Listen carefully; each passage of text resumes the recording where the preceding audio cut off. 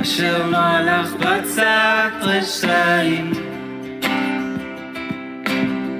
ובדרך חטאים לא עמד ובמושב לצין לא ישב. אשרי האיש אשר לא הלך בצד רשעים ובדרך חטאים לא עמד ובמושב לצין לא ישב. כי בתורת אדוני חפצו ובתורתו יהגה יומם ולילה, יהגה יומם ולילה. והיה כשתול, והיה כשתול על פלגי מים.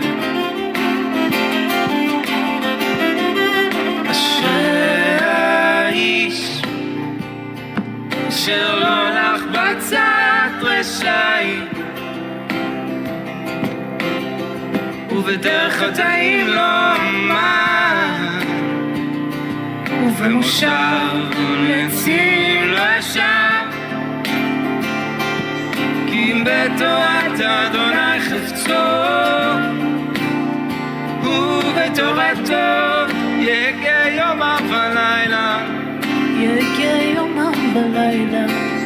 והיה כשתול, והיה כשתול על פלגי מים.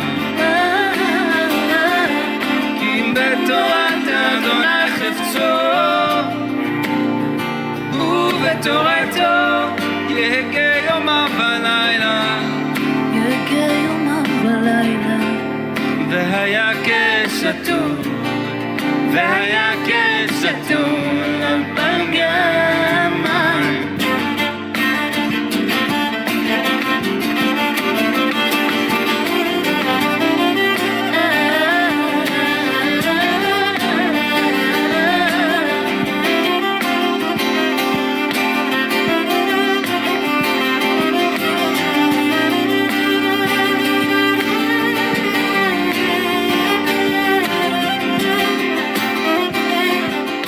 אשר פיו ייתן ביתו ועלהו לא ייפול. כל אשר יעשה, כל אשר יעשה יצליח. אשר פיו ייתן ביתו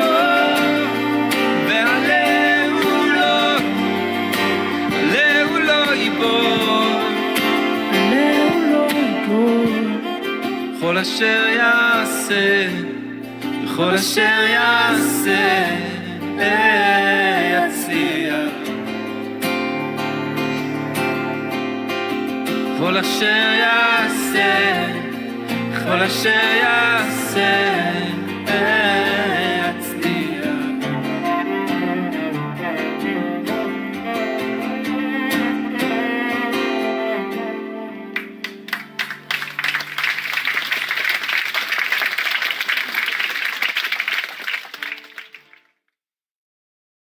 Sing it to the Lord our new song, and He's prayed for me in the earth. You will go down to the sea. I know that He's there in the other realm, there in heaven. Isaiah 42:10 through 13. There we go. Oh, it's so heavy. Look at that. Oh my gosh, look at all those bananas. Thanks again for joining us, all of you. Let's close in prayer. And let's close in prayer. Let them give glory to the Lord and declare His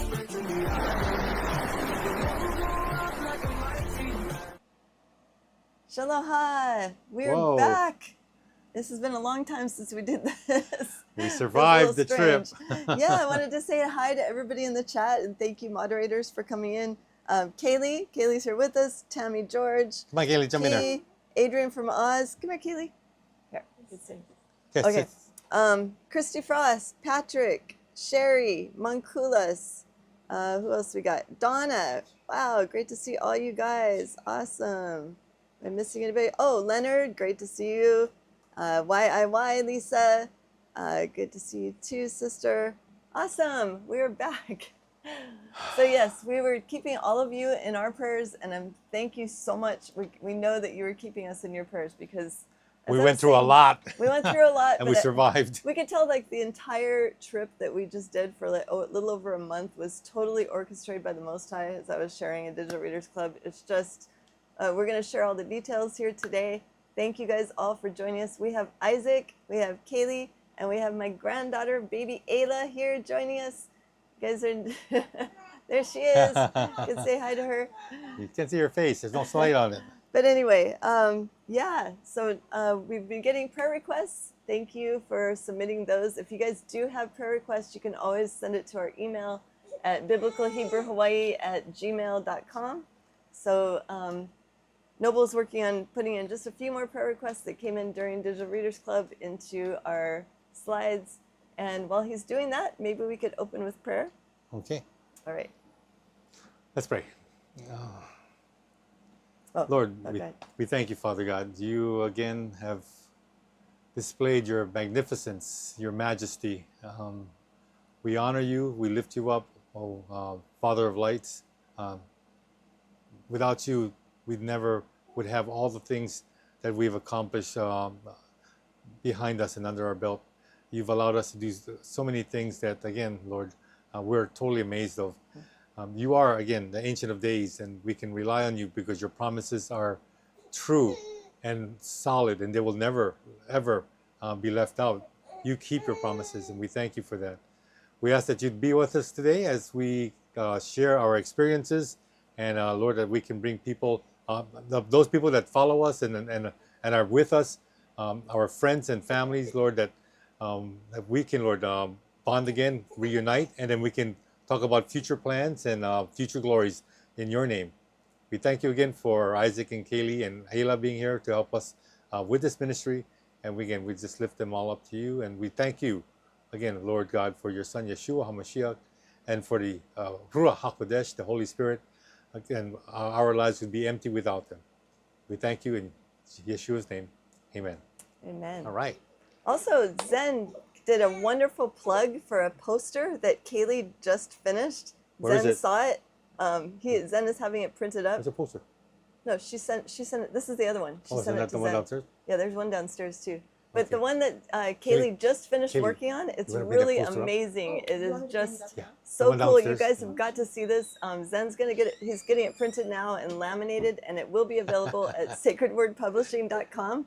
So it's all of the genealogy of Adam all the way up to Yeshua, and then also a small little part for the genealogy of Cain, and the messianic prophecies that are in the one from Adam to Yeshua, and then also the horrible prophecy about Cain and Cain's bloodline.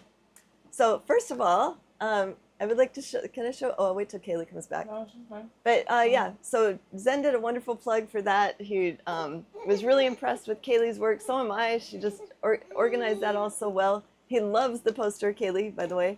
He's getting it printed right now and laminated, and they're going to have it, just as you sent it to him, available at Sacred Publishing. So thank you for all of your hard work, Kaylee. But yeah, we are back home. We're finally getting over some jet lag. We're trying to get used to being on Hawaii time now and not Philippines and Japan and Korea time. But yes, Kaylee, you want to come up here? Kaylee has something to share with you guys. You can sit here. So this is the first poster that Kaylee did. It's available right now at sacredwordpublishing.com. It has the Hebrew alphabet.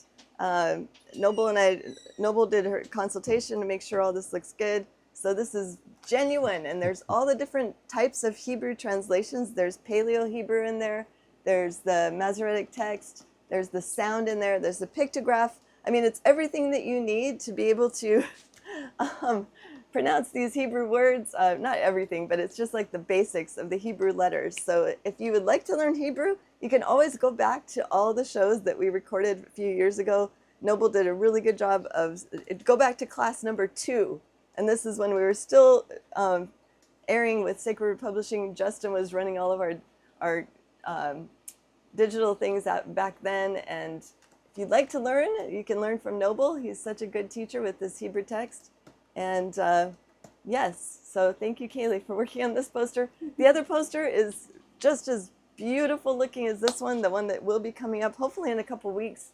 It'll be available at sacredwordpublishing.com. So check that out.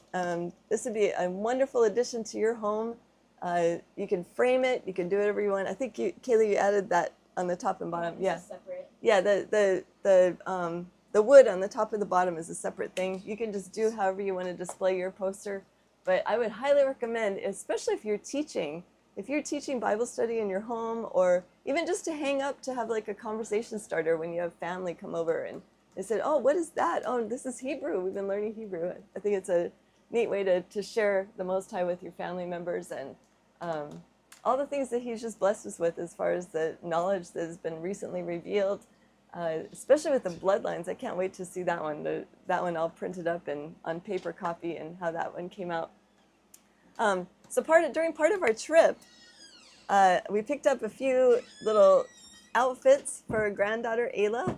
And we're going to be talking about one of the tribes. We visited several of the indigenous tribes during our time in the Philippines. One of them, the best known, is the Igorot tribe. And they're the best known, unfortunately, because they were put on display like a human zoo during the World's Fairs in the late 1800s, early 1900s, all around the world. Like over 1,000 people from this tribe were pretty much kidnapped and then put on display. But this is their colors. The colors that they wear is this right here. We got her a little poncho. So she's wearing her little Igorot tribe poncho. And you will notice that it looks extremely similar to, oh, hi, baby. Hello. Hello, baby girl. It looks extremely similar to other cultures around the world. In fact, I'm pretty sure this is where like the Mexicans got this from wearing this little poncho. It's okay, baby girl. You want to sing? You want to sing? She's been singing with me recently when we play the piano. I don't have the piano up here though, so I'm going to give her back to her daddy. Why are you crying? Why are you crying? Go. She don't Why you want to crying? be put on display. Yeah, she doesn't want to be a human zoo. No, she's being a brat. What's the matter? Look at, there's Hi. Papa. Hey, sweetheart. Hello. Say hi to Okay, everybody, so- baby. Everyone's been praying No, for look, her. what is this one? Thank you so much. Oh, Oh, look at that. Look at that half smile complain. Look at yeah. that. Yeah. All right. Okay, here we go. But anyway. I'm not rewarding her right now. All right. So anyway, thank you for saying hi to all of us here. Leonard said they've been having wind and rain in Oregon.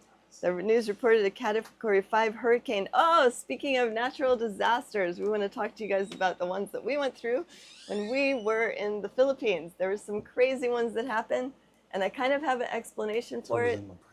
If you want to see my explanation written out, we're going to explain it here in person and verbally, but written out, I put a little post with one of these maps up on Sacred Word Publishing Discord, if you want to take a look over there. And you can see my 10 cents about where I think that these natural disasters were coming from. And because, as Zen was saying, we are like in the fig tree generation now. So we should be looking for more of these things to be happening in places that they normally do not happen. Like hurricane in Oregon, like I don't think I've ever even heard of that before. I mean, you know, several years ago, there was like a hurricane in, where was that? North Carolina, North Carolina, I believe. Tennessee area. But yeah, that was just weird because it's not even near the ocean. So we definitely would see more of these man-made things coming up here. Thank you so much, Sherry. She said we were praying for you guys during that weather in the Philippines. Yes, there's some other, and thank you, Sherry. Thank you all moderators for putting up links for us. We really appreciate that. Tammy said, don't be letting my baby cry. Tammy. I will make her cry just for that. You could say that, you could tell Tammy's got, what, 15 Martha grandchildren too? Yep. Jeez. She can cry all she like. Oh my goodness. I'm daddy. All right. So are you almost ready there, hon? Not yet. Just keep talking. Not yet. Okay. Do we have any other? Oh yes, Adrian says, "Wow, you Mexican restaurants are really good over there." Actually, one of the things of research I've been doing as far as those World's Fairs go are when and how we got all these indigenous tribes around North and South America, Central America. We have Mexican, and they all have very similar food and cultures. Like, you know, Philippines, some of the places we were at, their staple is corn. It's ground up. They call it maize, just like in Mexico. So they also call like mesa is table. They have so many similar words between Filipinos and Mexicans. And different dialects also. We encountered at least 4 or 5 different dialects while we're in the Philippines. So Noble and I are trying to learn Tagalog. Not too great at it, but it really helps that when you're just immersed in it and you're around people speaking it. And I could understand a lot more this time than I could last year when I went. So I was very happy about that. I could actually throw out some Tagalog words that people understand, and then they get a big smile because I'm like the white lady trying to speak Tagalog. But anyway, so the Igorots, I'm going to talk about that just a bit until Noble's done.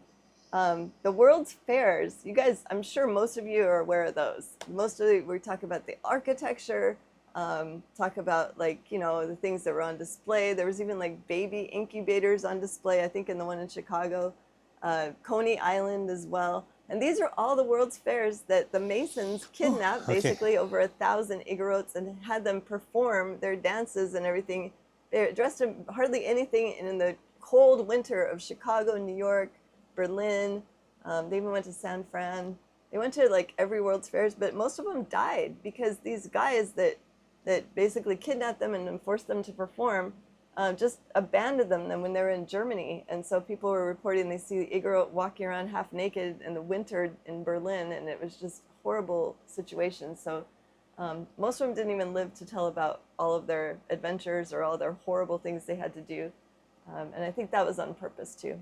All right, so are you done? Almost. Can we start showing the slides? Okay. Almost.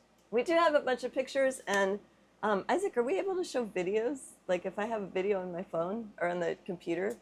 There won't be any audio. Ah, okay. But That should be all right. But just a few video At least it clips. can ad lib, so you can talk about it. Yeah, I'll narrate, I guess, right? Or just a few short videos so you guys can see what we saw. it might be better if you just post it on the YouTube channel. And then they Oh, can take a okay. look. Okay, maybe that is better. I'll put some more shorts up on YouTube so you guys can see the videos of stuff that we did.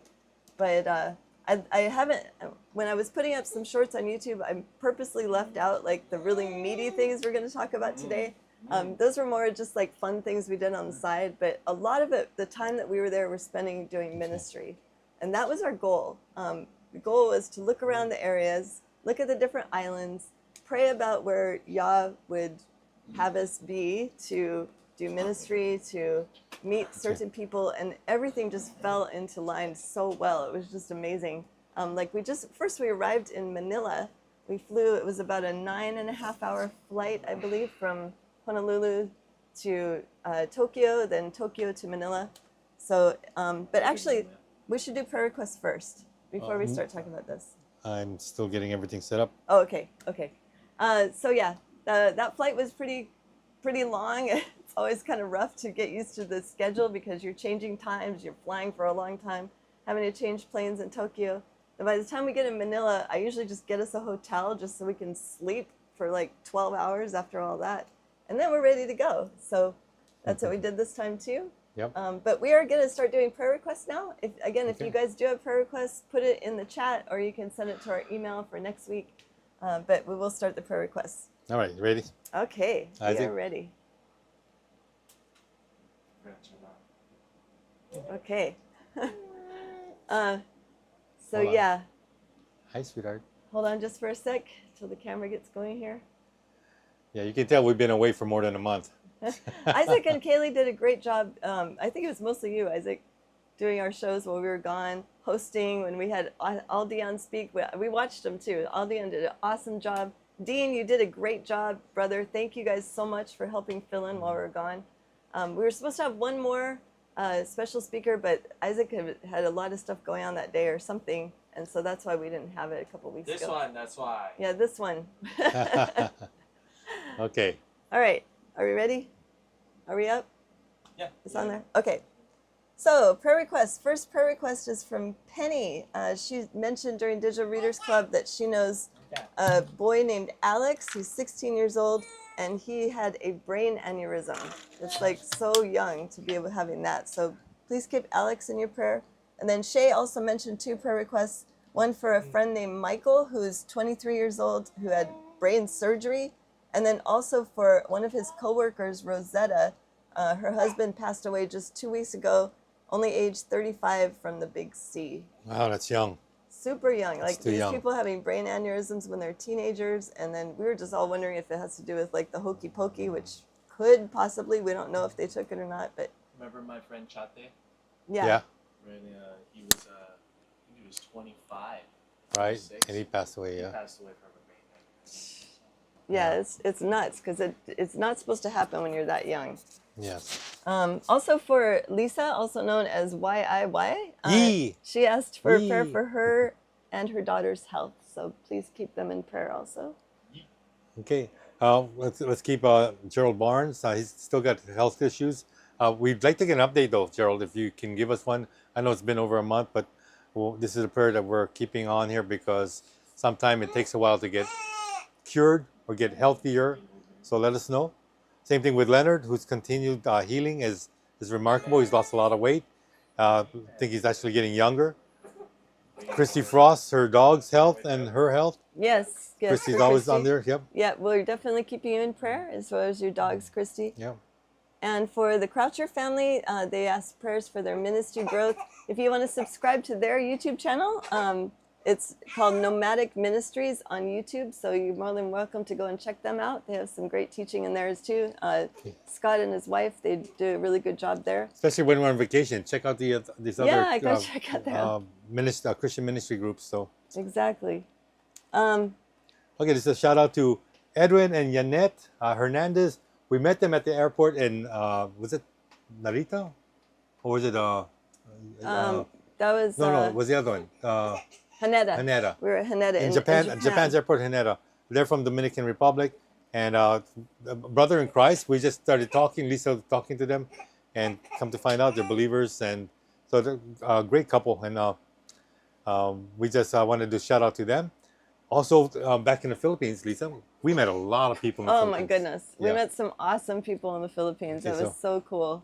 So- So first of all is for Ivy and her husband Bong. Ivy is healing from the big C, and I introduced the bee venom therapy to them as well.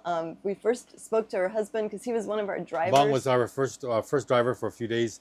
Again, in Malay Balai. yeah, we had a great time talking. We had so much fun with them, and then he introduced us to his wife, and she has been Later diagnosed on. with the big C, and so I explained the bee venom therapy to both of them, and they haven't done any of the conventional, the treatments that will basically kill you. The chemo. So we're not doing any. They're not doing any of that, and I was able to sting her for the first 2 times, and then I also trained Joy, who's in there. Joy from Malay Balai. Joy was with us when we were driving with, around. Yeah, she was with us as part of the realty team, and she was really interested in learning how to do apitherapy, which is the bee venom therapy, and so she has been continuing to administer stings to Ivy, who is part of their family. So I think that's really so cool. That's a big shout out to Joy. Hi, Joy. Yeah, hi, and hi also to Teresa. She was the realtor Our auntie. that that we met there, and she took us around, and she's herself is healing from an injury and asking for blessings for their business. They have a really cool realty business, family owned and run. Yeah. And their whole team is awesome. And we met Teresa first. Then we get to meet the whole family after that. Right, So right. Teresa is the initial contact, and she's such a sweetheart. Yes. So again, and they're all believers too, in the Yeah. Most High, which is really cool. And then her son, John Paul, and his young family, he was our driver. So I'll just shout out to him as well because he did contribute a lot to the our driving all over the Oh yeah, Malay Balai he looking drove for. us around like for hours. Yeah. That was cool. Okay, and then before Malay Balai, we were Right. in We're in Manolo Fortich, which is Fortich. also in Mindanao in the Philippines, and we met the family who runs Aval's Apiary. If you don't Yeah. know what apiary is, that's a bee farm, and so we had a great time with them. And it was Arnold and his wife, Malaya. Malaya. Yes. Shout out to them. They were terrific hosts. Every day we were there, we went there. Lisa was just dying to get bees.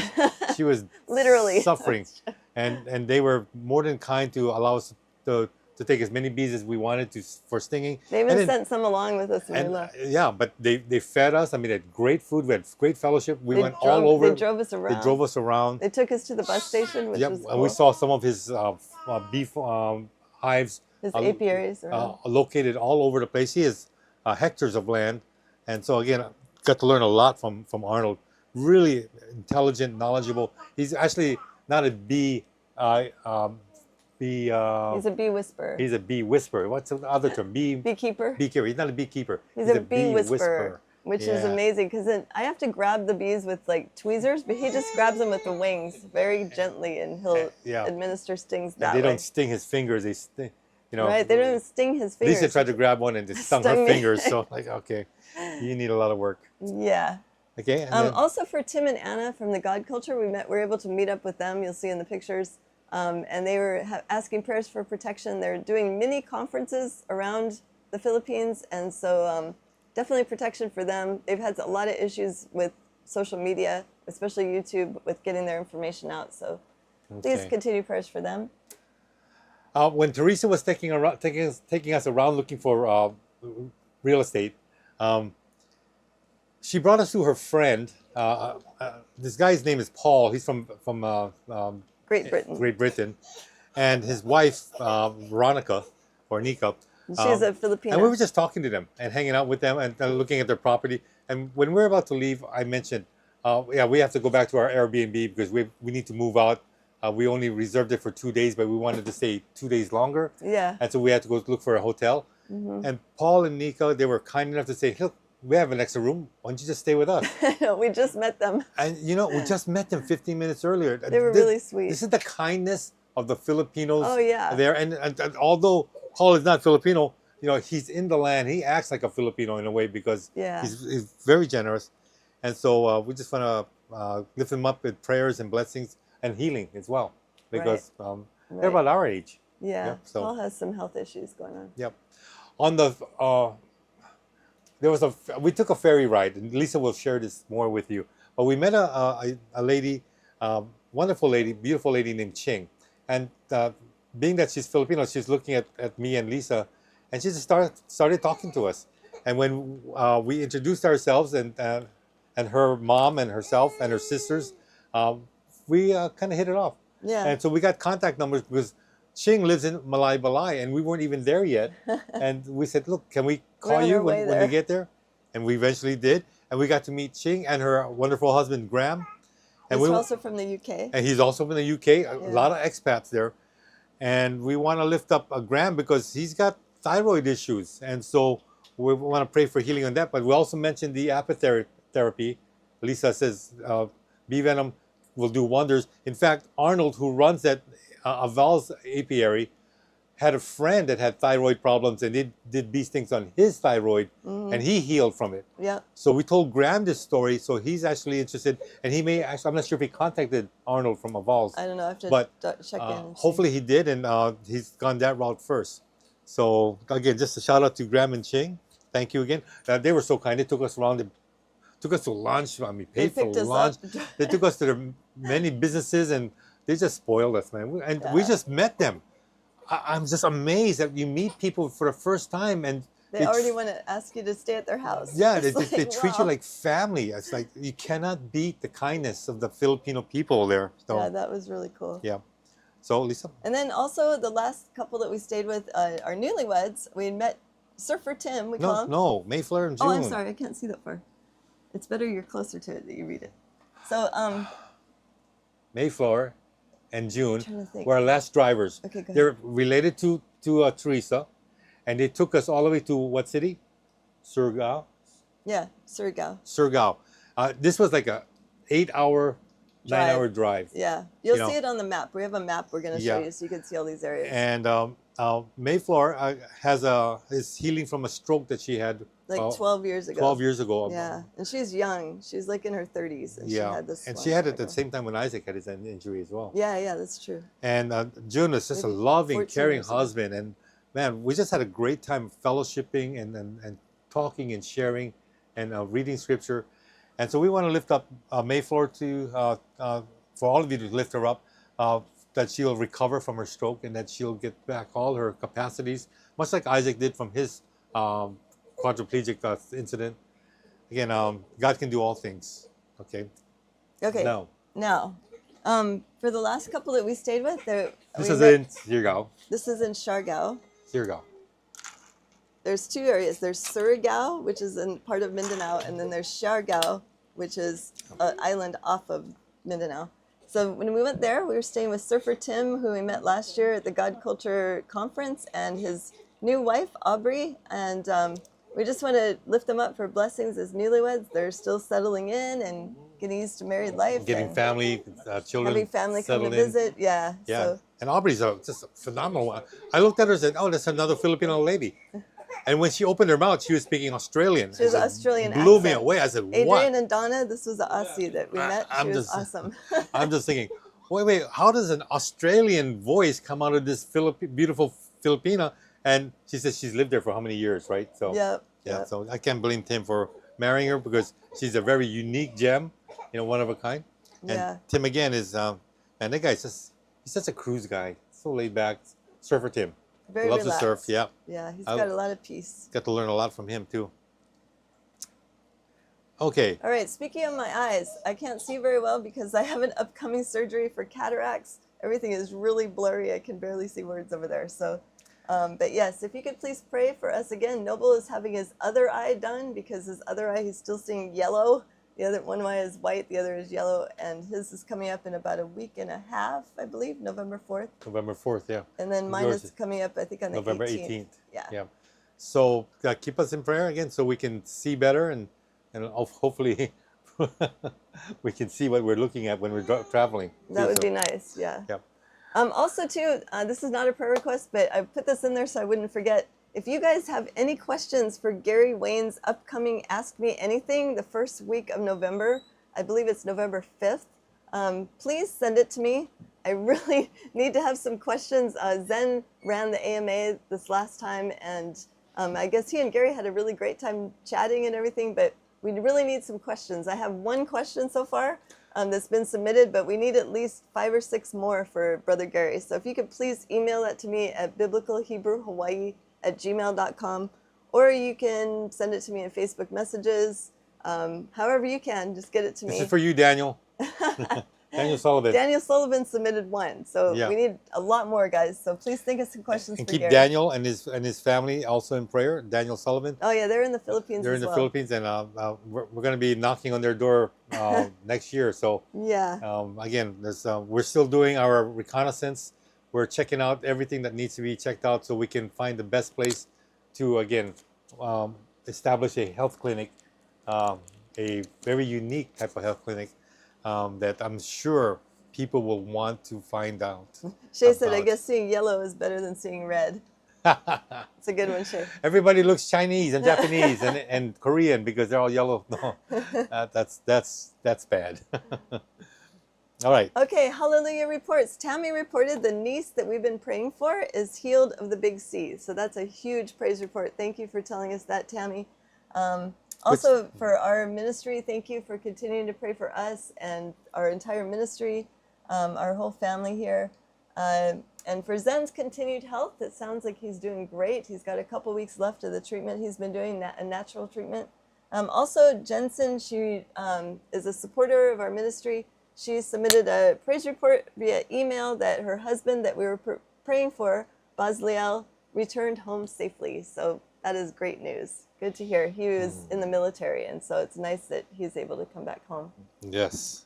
And more hallelujah reports. Did you want to read this? Okay, one? this is the Skaya tribe. You can read it right there. Can you see that? No? You wrote this one. You can, All right. When we went to Bohol to visit the Eskaya tribe. This is one of the things that Lisa mentioned before, and we received support for this. It was a very successful first trip. In fact, so successful, we actually got to meet the tribal leaders. Yeah. And we're going to show you pictures of that. yeah, and Lisa has pictures. But we want to again just mention Fabian Baja, again, Andricula and Edgar Bogatsai. I think that's auntie and nephew. Yeah. She's one of the elders there. Lina Alaba Timana. I want to step back to Edgar. He's a former counselor in Duero, and that's a big position.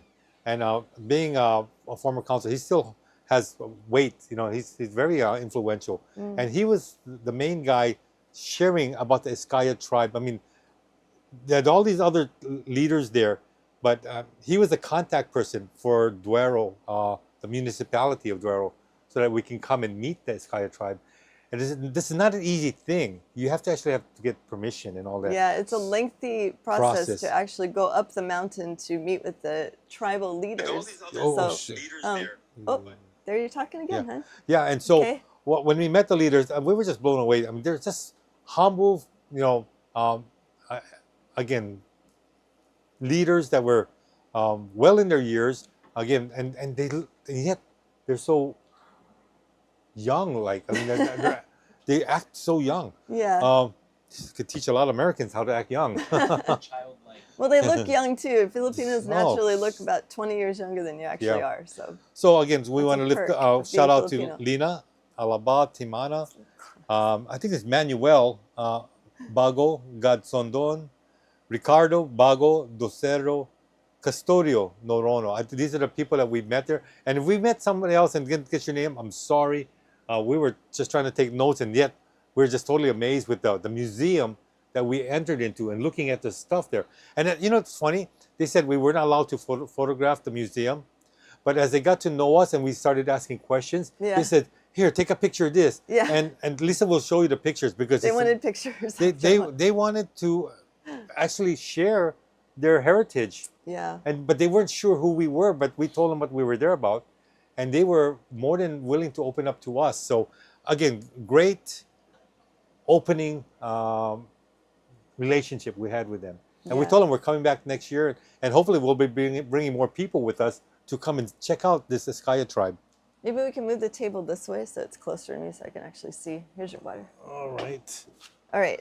So with that, we're going to start showing you guys the slides. No. There's more? Oh, wait. There's one. Oh, there's more. Okay, go ahead. Okay, so in order to visit the Eskaya tribe, Lisa had to contact the Duero. That's the what's it called? The mayor's office. No. Duero is the. Oh, it's a city. What's the name? The province. The B. The barangay. The barangay, Duero, and the municipality. So we had to again. Lisa contacted the who was it? Juancho. Yeah, Juancho. Juancho Deglan. He was the municipal administrator. Right. And through contacting him, he said that we needed to contact also what's that organization? Nico, to get permission to go up there. Right. And I'm trying to think of the name. And in doing so, we got to meet Vice Mayor Ernest Bajao, councilors. We would have met Mayor Altax Takulad, but he was so busy he wasn't there. We would have loved to, but his stand-in, Vice Mayor Ernest, we got to meet. We met the councilors, which is, again, there were like 7 councilors, I believe. Yeah, there's a lot. And unfortunately, we only got 2 of their names. So for the rest of them, I'm sorry.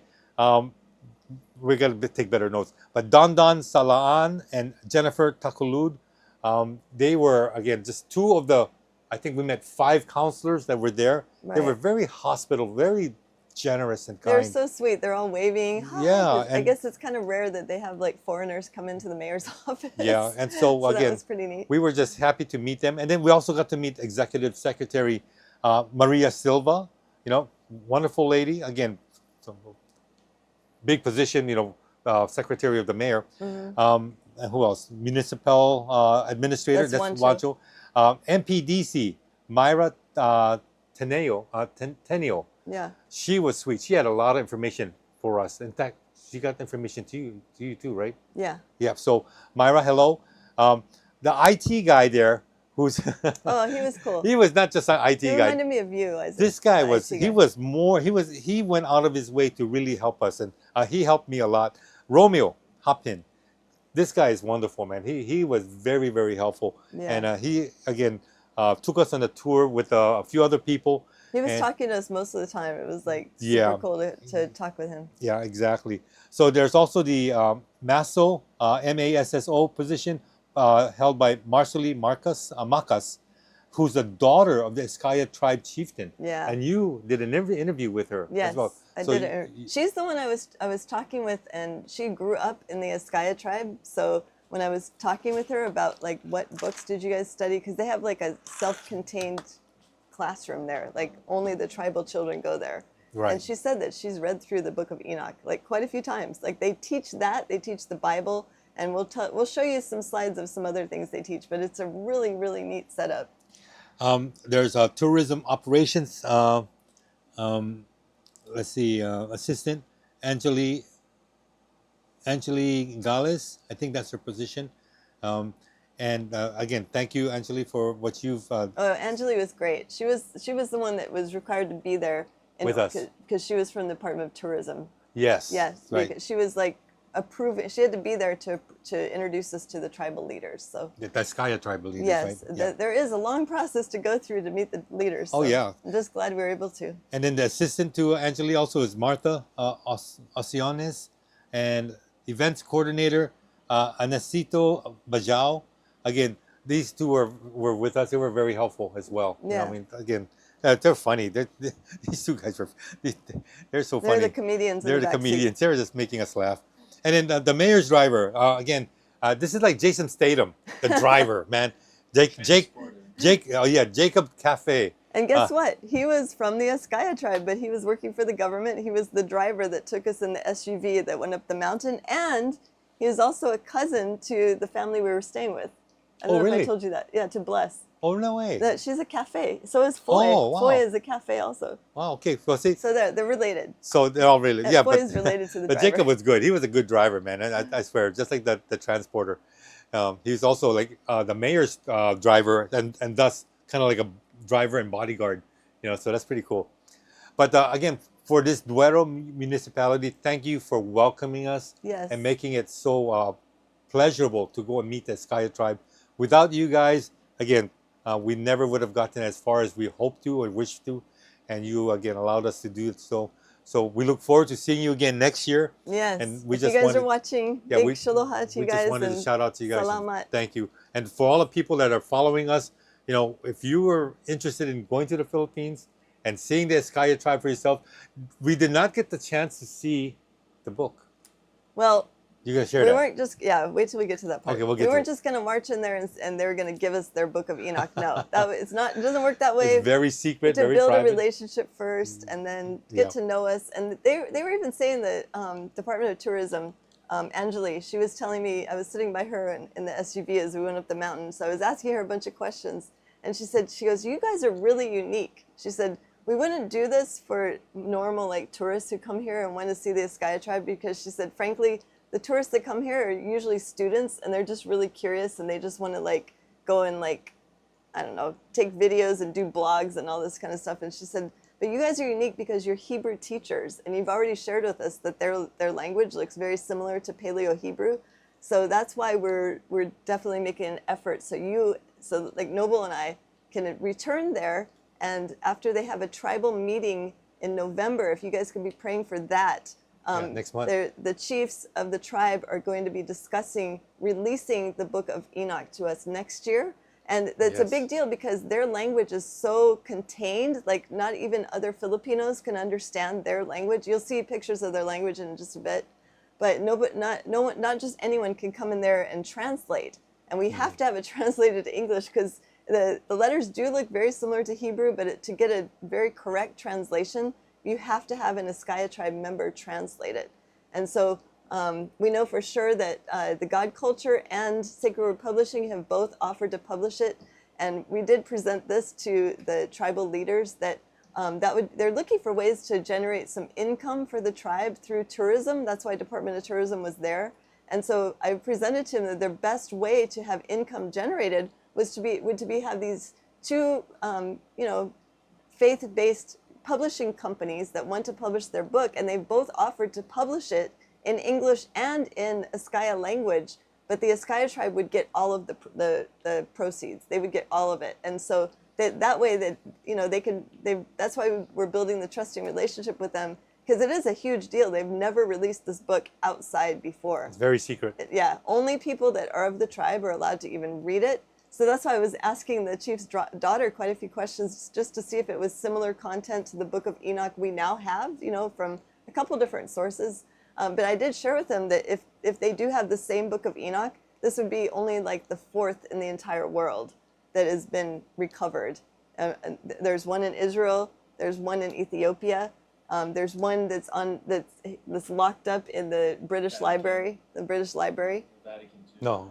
No, just those three, and then there's the fourth one, and then Zen is working on one because the Thracian community claims to have a Book of Enoch also that needs to be translated to English. So that would make 5. Yeah, I've heard of the Ethiopian and the Skya one. But the Dead Sea Scrolls one, there's 6 copies of it in there or something like that. Okay. But that's why this is a huge deal. Can you see what I mean? Yeah. Like people around the Is that on world. the screen?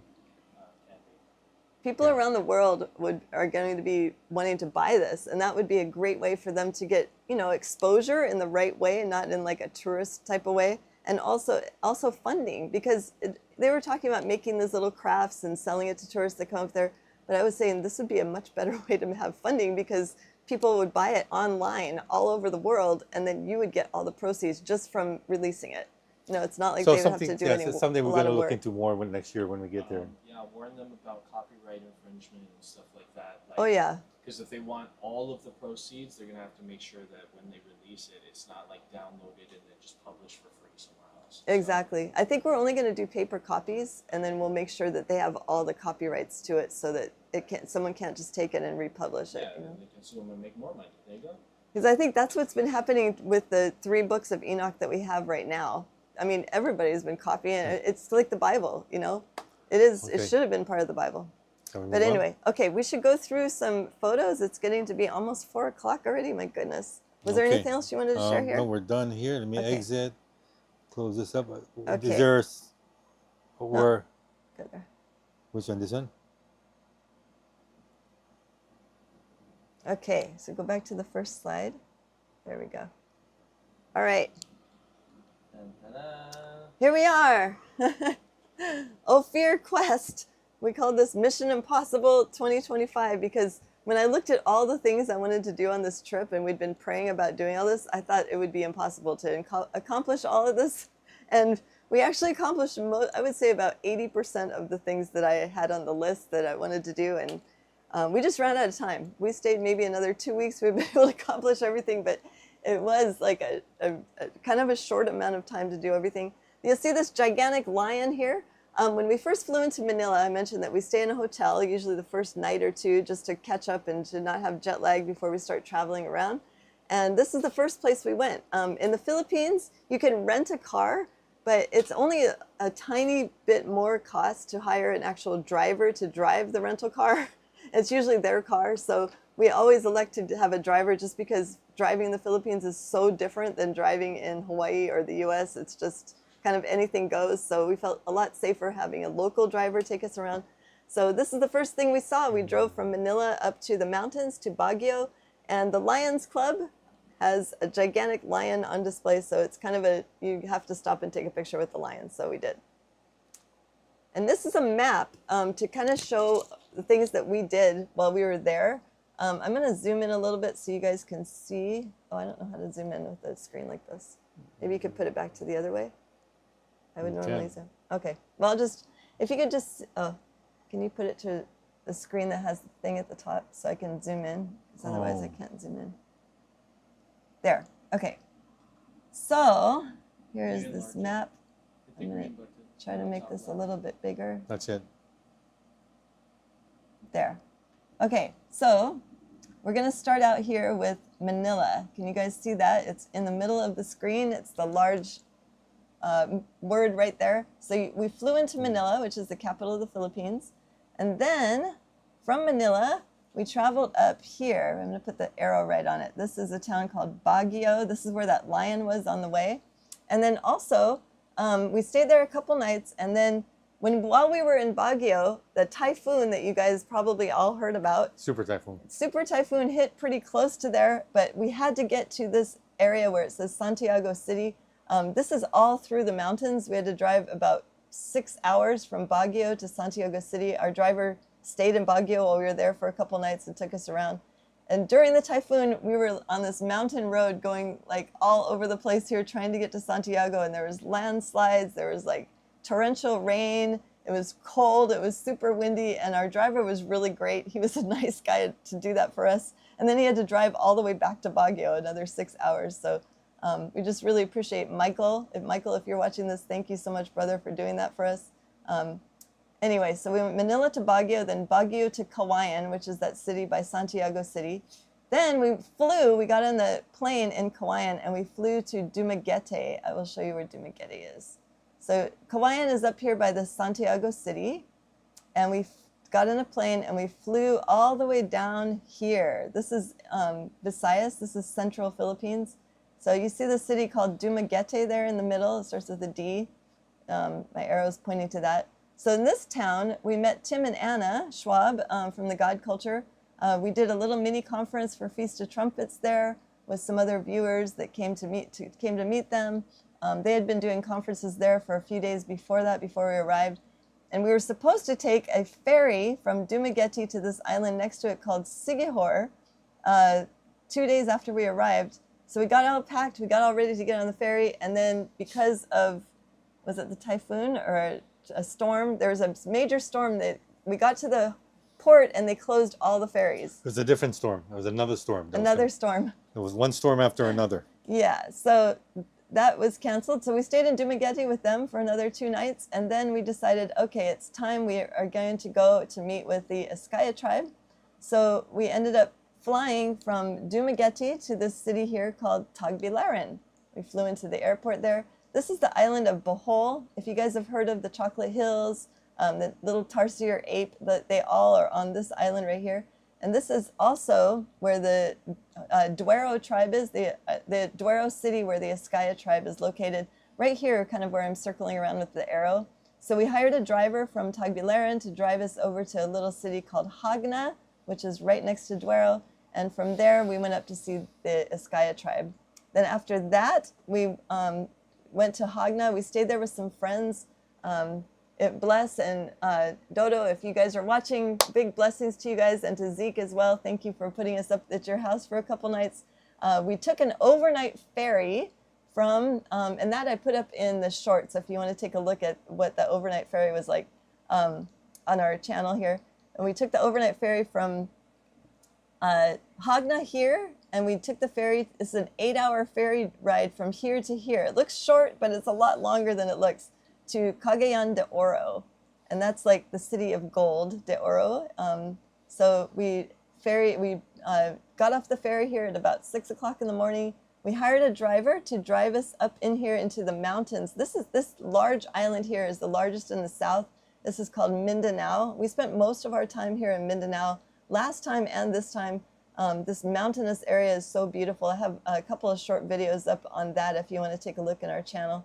And so we stayed in this area. We first went to stay in a city here called Manolo Fordich, and then we moved on to Malaybalay City, which is around this area. Then after that, okay, I'm gonna look at our, zoom back out here so you can see. So we did Hagna. This is Hagna to Cagayan de Oro. Then we did, it's also known as CDO in short, CDO to Manolo, then Manolo to Malaybalay City. Then we hired another driver, actually June, who became our friend. He was a cousin of the realtor we were working with, and he offered to drive us from Malaybalay up to this city right here. This is called Surigao. All right, so we drove from this area to Surigao. It was like an 8-hour drive. We stayed overnight in Surigao because the traffic was kind of bad. We missed the last ferry that we were going to take. And then we woke up in the morning, and it was about 9 o'clock in the morning, and there was a major earthquake that happened there. We experienced a lot of shaking. Yeah, I was still in bed. I was like still asleep. She thought I was shaking the bed. The earthquake woke me up. I thought it was Noble. But you tell what you experienced. I was eating breakfast with our driver and his wife, and as we were just talking, I felt the building shaking, and I said, "Do you feel that?" And he stopped eating and said, "Yes." I looked out. We looked out the window. It's overlooking the street, and the wires and the telephone poles were all shaking, and people were running out on the streets, and yeah, the entire city felt the earthquake. So It was crazy. But it stopped after maybe about 10 or 15 seconds. It wasn't that long. no, it was long. I was counting. It No, wasn't, it you were wasn't as long sleeping. as- Huh? I started counting when I thought it was you shaking the bed. It was longer So than anyway, that. but anyway, it was fine. And then later that morning, we got on a ferry and we went to this small island where it says Cloud 9. This is the surfing capital of the Philippines. This is called Siargao. And if you've read Revelation of the Magi, they talk about land of Shir. That's short for Siargao. So this is the island where, well, yeah, the island I would say where most likely the Magi came from this area.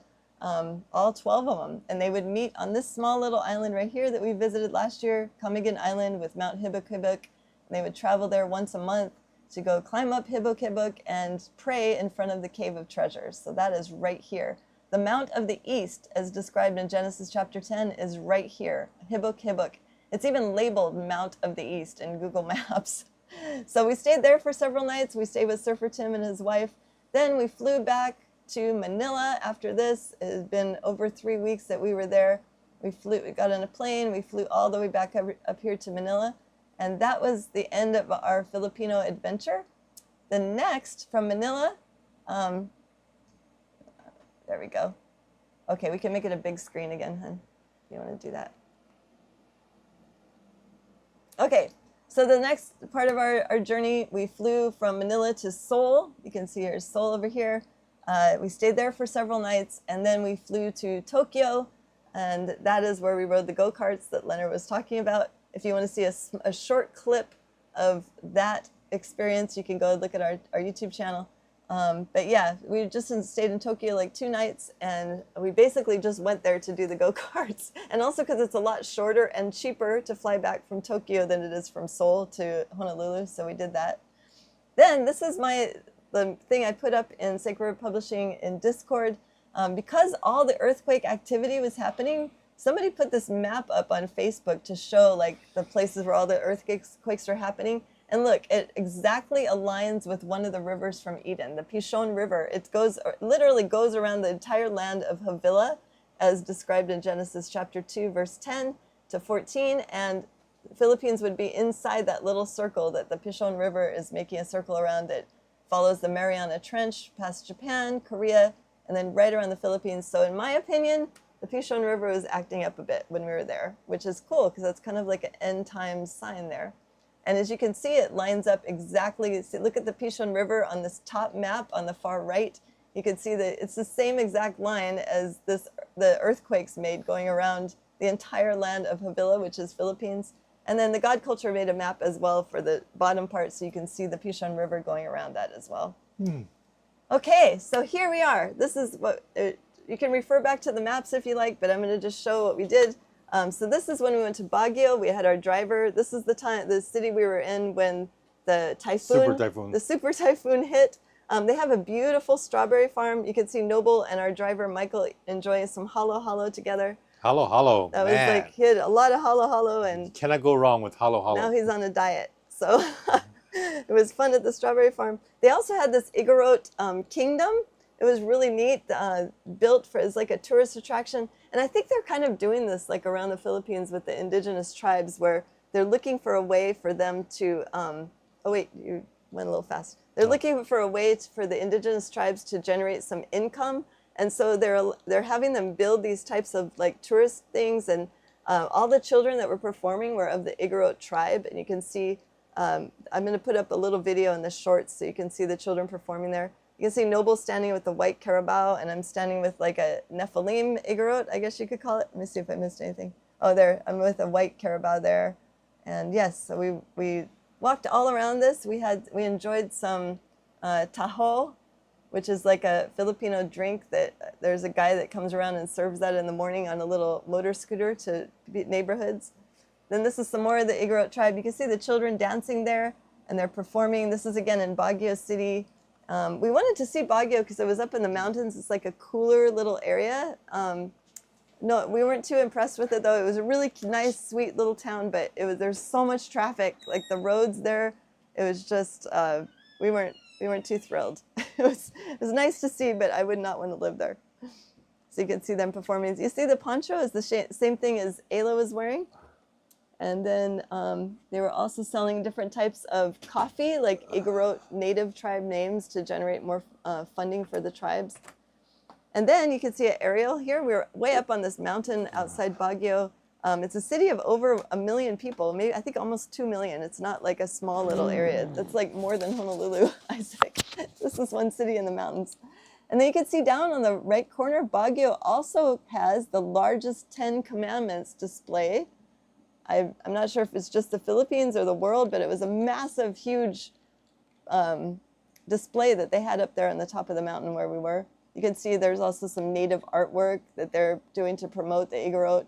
I'm just so glad they're finally doing this so that after the World's Fairs, I believe a lot of people would look at Filipinos like they were all like the Igorot, you know, like their indigenous tribe, and they looked at them as like cannibals and just a horrible image that was portrayed, that it was forced on them by the Masons that kidnapped them.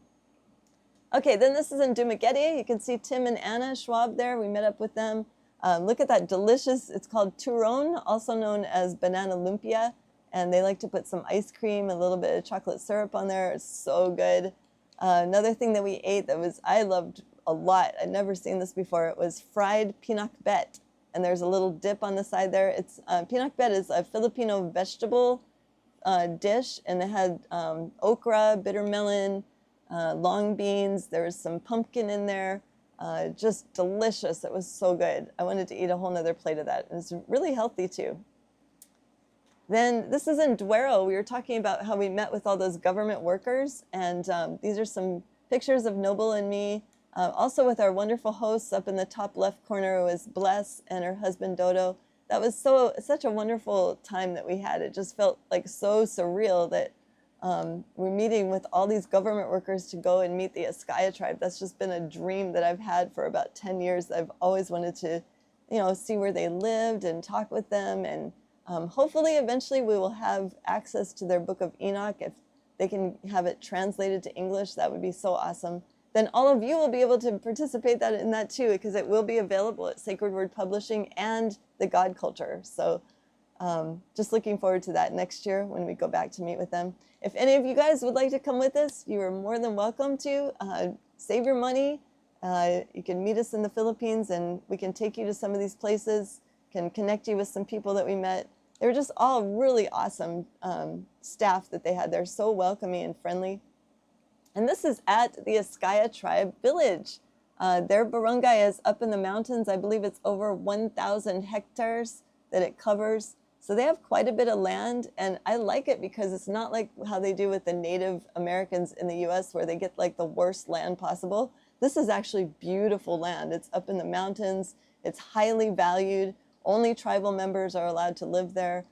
Some do leave the tribe and go live elsewhere, but they're always welcome to come back there. They have their homes there. The only thing is that their income level is extremely low. They're like all like below the poverty line. So anything that we can do to help them generate some more income for their tribe so they can actually, fix up their school, fix up their buildings a little bit. Look at this. This is their alphabet here on the bottom right corner.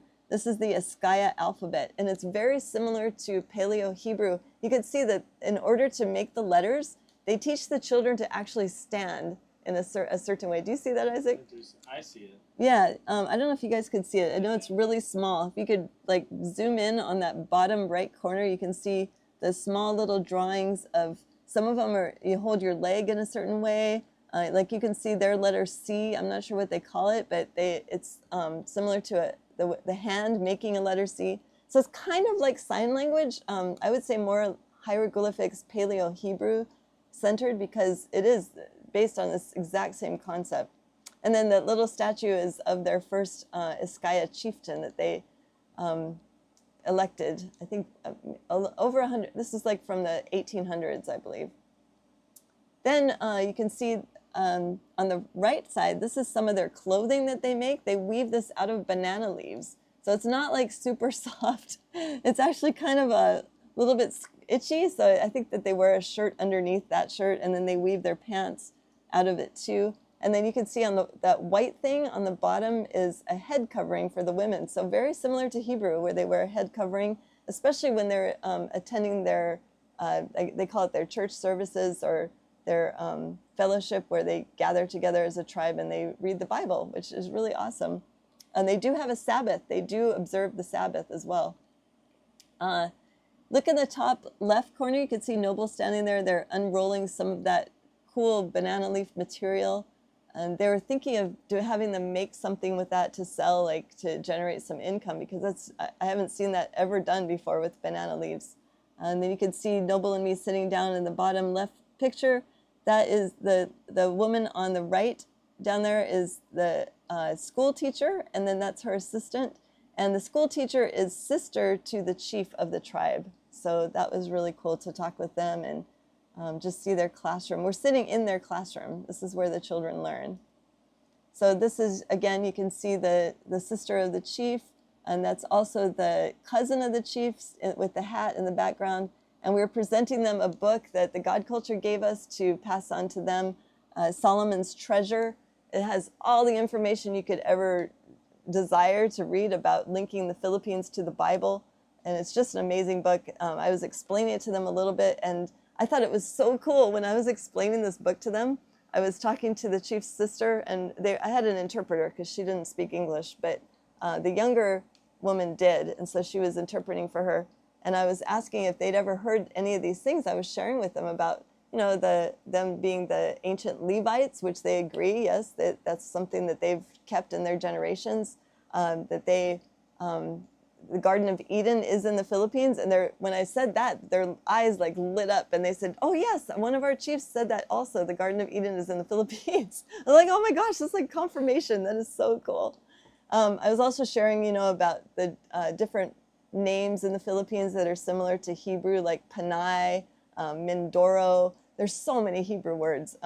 Mount Apo, which is kind of like Abba. Mount Pulag, which is like named for Peleg, and one of the patriarchs, the grandfather of Abraham. Also, Puleg was the brother of Joktan or Yoktan, who was the one that migrated with his sons Sheba, Ophir, and Havilah to the Philippines after the Tower of Babel. The bottom picture, you can see the government workers are standing in the back row wearing the greenish type of shirts with Noble, and then I'm sitting down there with all of the Iskaya tribe leaders. The chief was not there that day. He went to a conference in Tagbilaran, a larger city on the island that day, so we did not get to meet him. But his nephew is the one he was the one standing in for the chief. He's the one standing next to Noble. And his sister, of course, the teacher, and his cousins, they're all related, the ones that are sitting down there. His nephew is standing by Noble. He is part of the Iskaya tribe, but he now works for the government, and he's kind of like a liaison. He's a counselor between the tribe and the government workers. So that's really neat. This is their classroom again. Okay, so this is moving on from the Iskaya tribe. This is where we went to Aval's apiary. There's a picture there. You can see their cool decorations in the back. I'm going to put up some videos of us singing karaoke with them. That was so much fun. They had a little karaoke machine. Everybody has a karaoke machine, okay, in the Philippines. So like at night, you can hear karaoke machines of people singing all over the place. It is so cool. They're like, you don't see a lot of people, you know, here it seems like people more stay indoors at night and do like their things inside. They're not very social like they used to be because of technology. But in the Philippines, everybody's social. Like even if they have their phone, they're still outside at night playing basketball, singing karaoke, just walking around. They have night markets all over the place. It's just so much more of a social place than here. The bottom picture, you can see that's the Aval's apiary team. The bee whisperer is standing directly behind me. His name is Arnold, and his wife Malaya is next to him, and their children there. His his brother and sister-in-law are there also with Noble and me. And the top picture is, that's something else Noble and I did. We did some zip lining, so we were wearing our helmets and everything, getting prepared for that. That was in this area. So then we went to Malaybalay City. Oh yeah, if you want to see the ziplining short video, you can go look at our channel. I put up some short videos there of our zipline experience, which was really fun. Then we went to Malaybalay City, and so this is the real estate team on the top left that we met with. They took us to some really cool bamboo cafes that I put some shorts up about. You guys can take a look at those video shorts. And then we met so many awesome people. Our driver and his wife, Mayflower and June, are down in the bottom left corner. When he drove us from almost 8 hours from Malaybalay to Surigao to the ferry. And then the picture on the left is our British friend Graham and his wife, who took us around to see their restaurant, and they treated Noble to their halo halo from their restaurant, so that was really awesome. And then they also own a pizza place too. Yeah, they're really, really sweet people. They invited us to come back, and they said, next time you stay at our house. So we were staying at some other friend's house that we had just met. So the top picture is of Jung and his wife Mayflower. We were driving and just such beautiful greenery here through the mountains on our way to Surigao. There we are. They dropped us off at the ferry. We're taking a picture right before we got on the ferry there. And then there's a small short video you can check out of this little cafe that we were all sitting at in the bottom right-hand corner if you want to look at my shorts up on YouTube.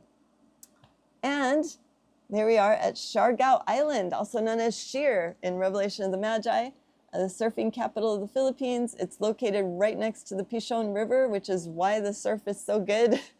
Pishon generates all those waves, especially when there's an earthquake or something. So we stayed with Surfer Tim, and he let us use one of his motor scooters. Noble and I rode around the island on that. That was so much fun.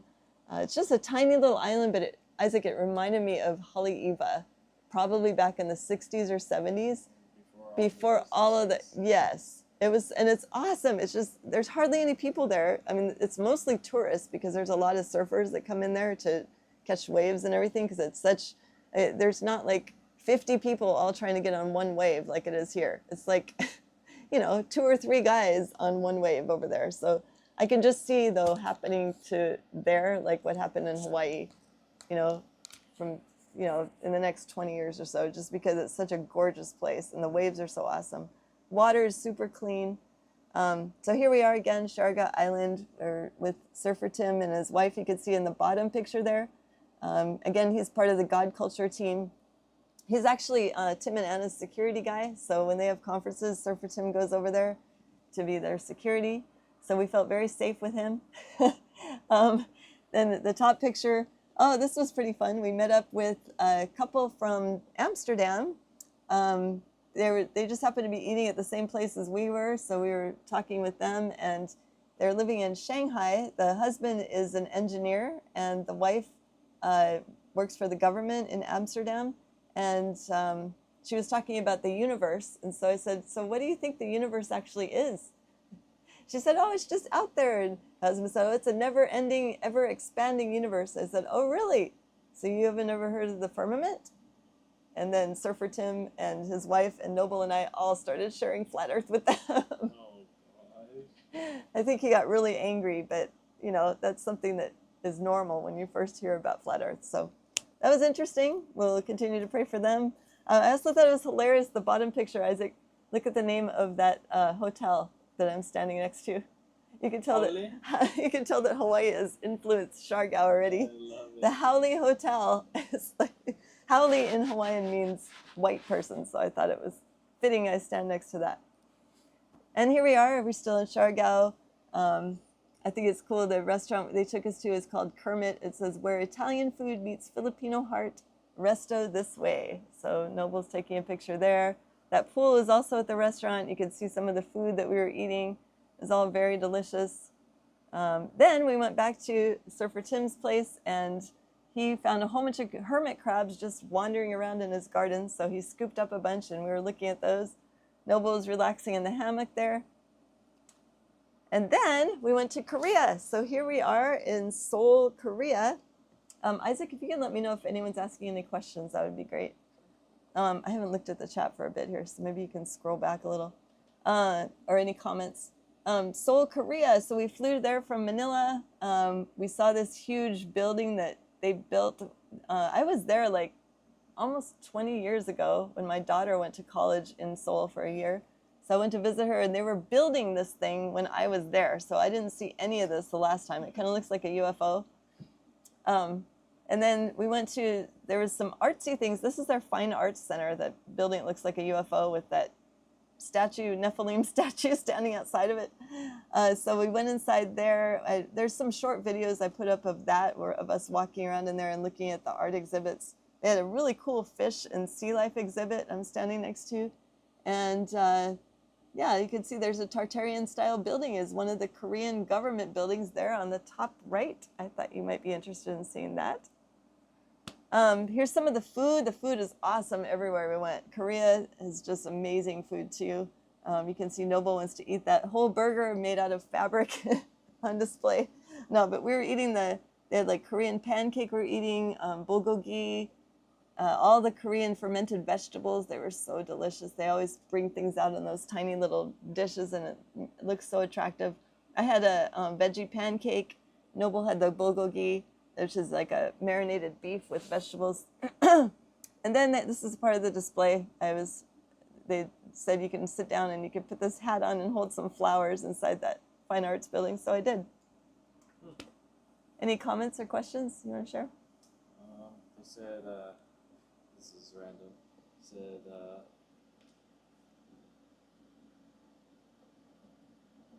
is it? Something about monkey poop coffee. Oh, yeah. We talked about there actually when we were there. We were talking about that with Graham from the UK. In the mic. Say it again in the mic. Oh. Monkey poop.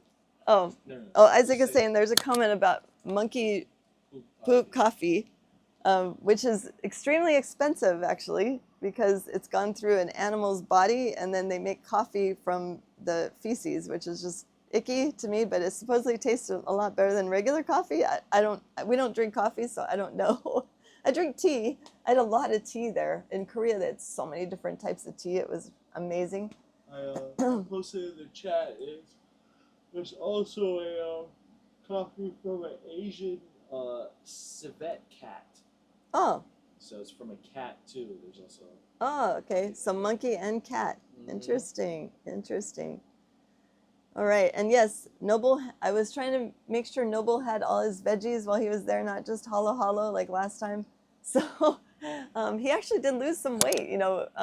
Near the end of our trip, we were eating super healthy in Japan and Korea after all his halo halo in the Philippines. And now he's just like so motivated to work out, and he's been on fasting, just eating one meal a day, which is great. So we just had so much delicious food there. It was amazing to just be there and try all the different kinds of food. And it's not expensive. It's cheaper than eating here in Hawaii, that's for sure. Like here in Hawaii, we can afford to maybe go out to eat like once a month, if that.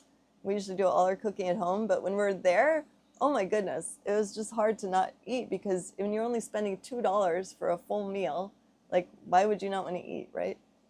In Japan and Korea, it's a little more expensive, maybe $5 at the most for a meal, but still, it's just everything is so affordable. So this is in Korea. We were along the river. We rented some bicycles to ride around. It was a cool nighttime light show they had on the bridge. And you can see us eating some Korean food. I put a short video up of this one if you want to look at that. Noble's eating a veggie pancake and bulgogi again. This was like a cool little garden area that in Seoul that it was called Hanok Village, where it showed a lot of the ancient architecture and how people used to live in Korea. We walked around a little bit there. Then we got to Japan. Okay. This is the go-kart part. I put up a couple videos of this. If you want to see what we did, we were not allowed to videotape or use our phones except to take pictures when we were at red lights in Tokyo. When we're riding the go-karts, it's illegal to film while you're riding the go-kart. But if you want to see videos that other bloggers have done of other people riding the go-karts, you can just go on YouTube or actually put it up in Lizard Lounge if you want to take a look at the video there, and Brick's server and Discord. It's just like a 2-minute video, and just look up Street Go-Kart Tokyo. You have to kind of be prepared to do this, though. We tried to do this last year when we were there, but you have to have international driver's permits, which you have to procure like a month before you leave. And so we do that through AAA here in the US. I'm not sure how you do it in other countries, but US, I think it's like $20, and you get their international driver's permit, and then you bring that along with you, and then you're allowed to drive, because you're driving on the street with cars and vans and buses, and it's a little bit scary because you're so small in the go-kart. But we had a really good guide. He usually they take groups of, like, when you look at the video online of other people doing this from the street go-kart in Tokyo, they have groups of like maybe 10 to 20 people.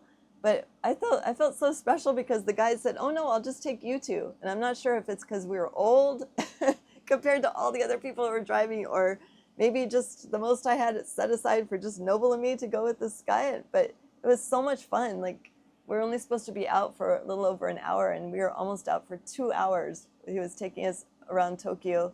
We got to see Tokyo Tower, Tokyo Bridge, the Rainbow Bridge. We went over that 2 times. It was just a lot of fun. It was a little scary at first because you're driving around with other cars, and sometimes the cars don't really like the go-karts. So they'll like purposely speed up right next to you so it's really loud and stuff, our guide was telling us. Also, if you look, I forgot to put this in with the Korean pictures, but look at the picture on the left side. It says Hotel Doma on the side there. That's the hotel we stayed at in Korea. It was one of the most affordable ones I could find. And look at what type of building it is. You could totally tell that's Tartarian building. It was just so, and it's soundproof. Like, I could tell the walls were super, super thick. Like, we could not hear anything in our hotel room. And it was on a really busy street. But it's Tartarian architecture. Like, you can totally see that. And so I just thought that was really cool. There was like a lot of stairs to go up there, and then they made a really steep ramp to go up into the lobby of the hotel, where we had to wheel our suitcases. And like, they put like a Burger King at the bottom. There's a lot better places to eat. We did not eat at Burger King. This is in Japan again. I also put this up, I think, in the Lizard Lounge. I wanted to show you guys Tokyo Station. Look at this really old architecture and how they preserved it like so well. Oh my goodness, Brick had a lot of stuff to say if you look in the Lizard Lounge about this building. It was just, and this is the main train station for all of Tokyo. So of course it goes down like, I don't know, 6 or 7 floors, because all the subways are right underneath there, and they're all at different levels underneath. Yeah, like, do you remember when we rode the subways in like Europe? And there's like a subway here, and there's another one going down this way, and there's another one if you keep going down. I don't know if you remember that. It's the same in Tokyo. Like, they have various levels of depth underneath each subway station. And just the amount of planning that they would have had to do to get this all right, it makes me think like that subway was probably there for the old world architecture.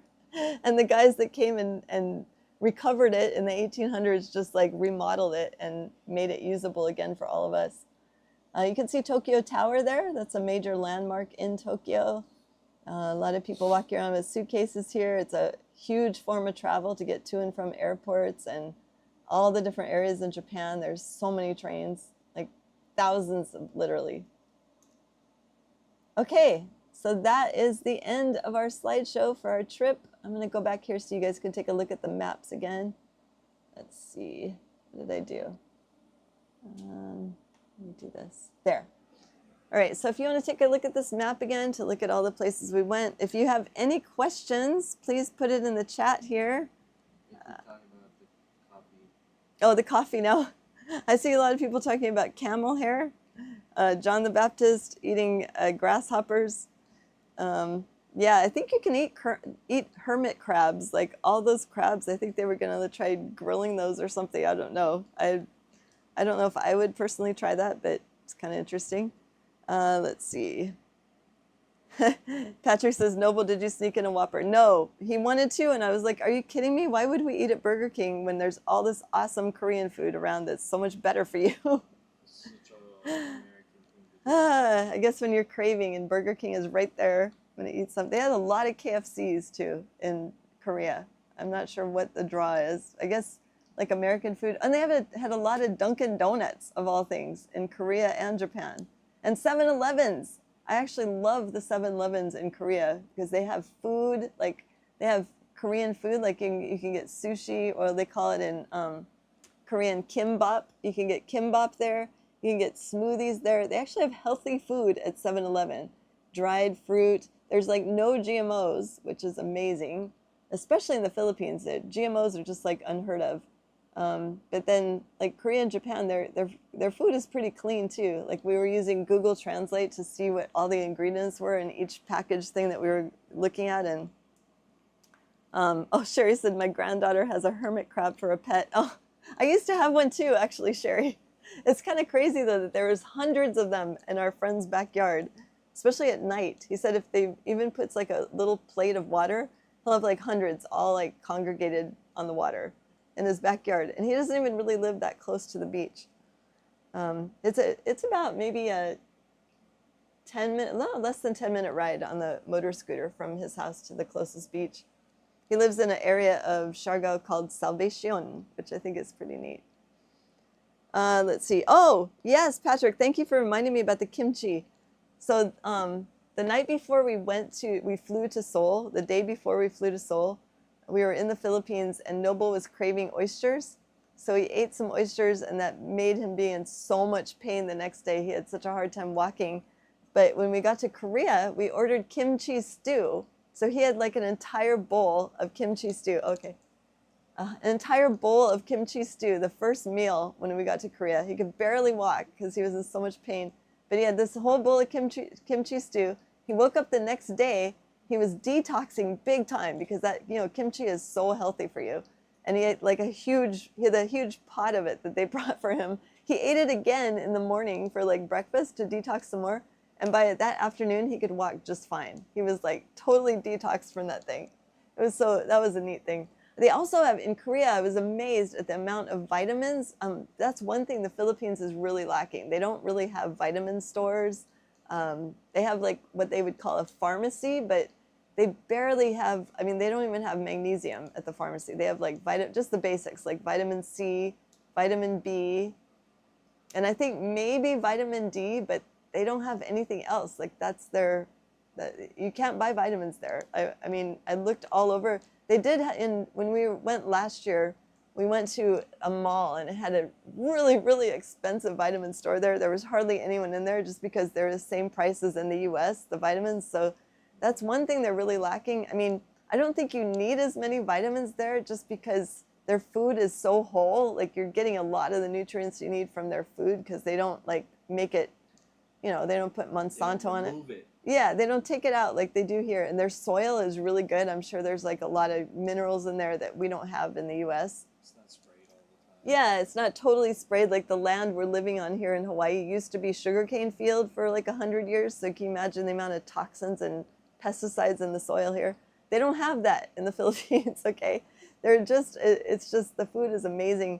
But yeah, that's one thing that they need is vitamins in the Philippines. But in Korea, oh my goodness, you go in like what they would call a pharmacy, and it's not like prescriptions. It's all like natural type of supplements, and they taste good. They have like supplements that are in natural gummies that are made with like seaweed, and so it's not like commercialized. I'm trying to say, I guess it's not really brands. That people have their own stuff, like mom and pop kind of brands in Korea, where you just buy.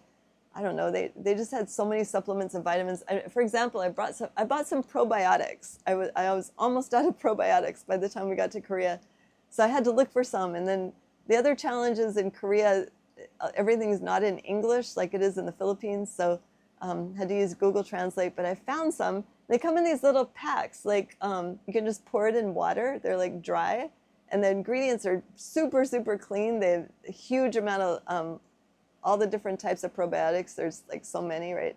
So I made sure it had like the main ones I needed in there. And it tastes good. It tastes almost like tea. You pour it in water. I was pouring it in some juice or, some other stuff I was drinking. Like they have the water flavor vitamin C little packets that taste like apple or pineapple. It's just really great stuff in Korea. So I bought a lot of supplements and things there because I was so impressed. And the prices are really low too. Japan is not quite as much. Japan more is focused on like energy drinks. I noticed because Japan is like the work, work, work mentality type of thing. That people are like, a lot of people are workaholics there. So of course they want to keep their energy going. So you go in like a 7-Eleven there, they're not gonna have all the natural stuff like Korea did. They're gonna have some Japanese little snacks and some food. A lot of American stuff in the 7-Eleven, and hardly any supplements except for energy. So. Thank you though, Patrick, for reminding me about the kimchi. Yeah, and I don't like to eat the gummies either, but I like to eat the seaweed-based ones, the ones that kind of like from jellyfish, not jellyfish, but they're not from like animals' hooves. They're from like a seaweed-based, Patrick. Oh, hey, Christine. Christine's one of our Filipina friends, good friend that we hung out with her during Feast of Trumpets with Tim and Anna with the God Culture. She's part of the God Culture team. Good to see you, Christine, in the chat. Yeah, Sherry says caffeine. Yep. And Tammy, yes, you're right. They're so much into the healthy eating in Korea. Shay, who is kimchi and why is Noble stealing his bowl? That's a good one, Shay. But yes, Leonard, yeah, CBD gummies for pain, and definitely all about that. What else do we have going on here? Donuts. Leonard, you better not eat donuts unless they're healthy, brother. Let's see here. 10 pounds of yeah. Oh, Donna's questions. Donna's questions. Did you have any questions, Donna? Oh, it was all about the coffee. Okay. But anyway, so that is the scope of our trip. If you guys have any questions, I'm looking at the chat, as you can see, and I'm more than happy to answer questions. Are there any of you that are thinking of possibly taking a trip to Ophir, also known as the Philippines? I know Isaac is. We gotta wait till. Get your mic. Do you have the mic? Or Dad's wearing it. Okay. I muted his. Oh, here. We gotta wait until the American debt is absolved. I've been doing some research on it. So. What do you mean, American debt is absolved? Yeah, we owe $34 trillion. Oh, yeah. We gotta wait till all that, and then prices will go down, and then flight will be cheaper, and then we can go. So. And about when is that projected? Probably next year. Right. Yeah. Well, that's good. We're still praying about it, of course, but we're looking at possibly taking a trip back there, especially to meet with the Askaya tribe in November, December next year. We're definitely out of here before 2030. Let's just at least say that. So. Yes. And Brick put up an interesting video in Discord. Isaac, I think you'd be interested in it because it's one of the guys that Kellen introduced us to, a YouTube blogger that moved from the U.S. to Mexico, but he specifically focuses on the stock prices. He's an investor. You have to check it out. I'll send you the link. But he also said that, it's a little obvious by now that the U.S. government is trying to kill its own citizens. Like, if you can't see that by now, like, why else would they spray the sky? Why else would they put all this junk in the food and the water and force people to take these different pokey pokies? Yeah, just to speak on that, like, I have a coworker that's from Canada, right? And that what a perfect example of a Canadian coming to America, specifically Hawaii. And then he was talking about how for their aspect of like women having a pregnancy, they can take 18 months off to take care of their child, fully paid. But in America, you get 3 months, sometimes unpaid, right? Even the dad is a... Yep, dad gets some time off too, and it's paid. And what they'll do is that if you both have jobs, say for instance, like Kaylee, she made way more than I did, right? And I make my fixed amount. What they'll do is if we both take off, they'll take the difference and split it down the middle. So they'll pay your family the middle of what you both owe, or like how much you make, and then you can take off all that time. And it's fully paid for. Wow. And then he was over here and he was like, yeah, and you guys get like 3 months. It's almost like they don't encourage you to have children. Oh, of course they don't. And I was like, yeah, you make a solid point there. And then we were talking about all the buildings that have the aspect of unaliving children, right? Oh, totally. Yep. Well, I didn't want to say it, but yeah, all that aspect going on, and it was just like, yeah, it's very clear that America is not necessarily pro-life. So not at all. most of America. An example of what I like about the Philippines, and of course, you know, everywhere you go, there's going to be some corruption in the government. Yeah, so there is corruption in the Filipino government. I think maybe if you guys have seen anything in the news lately, the Philippines news we were watching when we were there, just a little bit, and we were talking to people that live there, of course, and they said, yeah, they're busting a lot of government workers who have been, you know, taking the money basically and not using it for the things supposed to. It's typical, like government. It just seems like they put it out there so tempting for government workers to do that, and then they get away with it. So then more people do it, you know. But one of the things I like about the Philippines government that I noticed was just for school. Like if you do decide to send your children to school in Philippines, you know, public school, the children get 2 hours off for lunch. They go to school 8, 9, 10, 11. They go to school 3 hours. Then they have 2 hours off for lunch, and then they go back for 3 more hours. And the parents can choose to keep them home if they want to after the first 3 hours. Yeah, and they don't force them to eat the nasty, horrible school lunches that, like, you know, Michelle Obama totally ruined for the U.S. Made it just nasty and just gross. She made it cheap and affordable for the people that couldn't afford it. Yeah, right. You have to force feed your child these horrible school lunches so that they will throw their milk away because it's so icky because they put so many hormones in there, and then everything else has no nutritional value whatsoever. But I mean, you can bring home lunch, you know, of course, that's another option you can do. But Philippines, they have like food trucks all set up around the school. They have like parents come and pick their kids up, feed them lunch at home. You know, they're not forced to like stay at the school and have to eat in less than 30 minutes. You don't have time to digest and then go race back into class. It's not a prison cell. You're gonna say something? What was I gonna say? I forgot. No, it's fine. You're talking about the government workers being corrupt? Oh yeah, so the concept of the corruption is kind of like, yeah, you really find corruption anywhere. But the good thing about like Philippines is kind of like it's really hard to police everybody if they're all on different islands. Oh yeah. That's why if you look again, right? Look at all those islands. And not all of them are connected, right? So 7,500 or more. mm-hmm. So you can find a little island like in the middle of nowhere, right? Yeah. And then just be fine. I mean, obviously you gotta watch out for storms and stuff, but if you dig a hole deep enough, I'm sure you'll be fine. So Well, as far as storms go, you see the green area on this map Isaac put up that's called the Visayas. That's the area especially that is mostly protected from storms because especially on the inside, most of the storms come from the east. And so that is totally protected, like the inside there.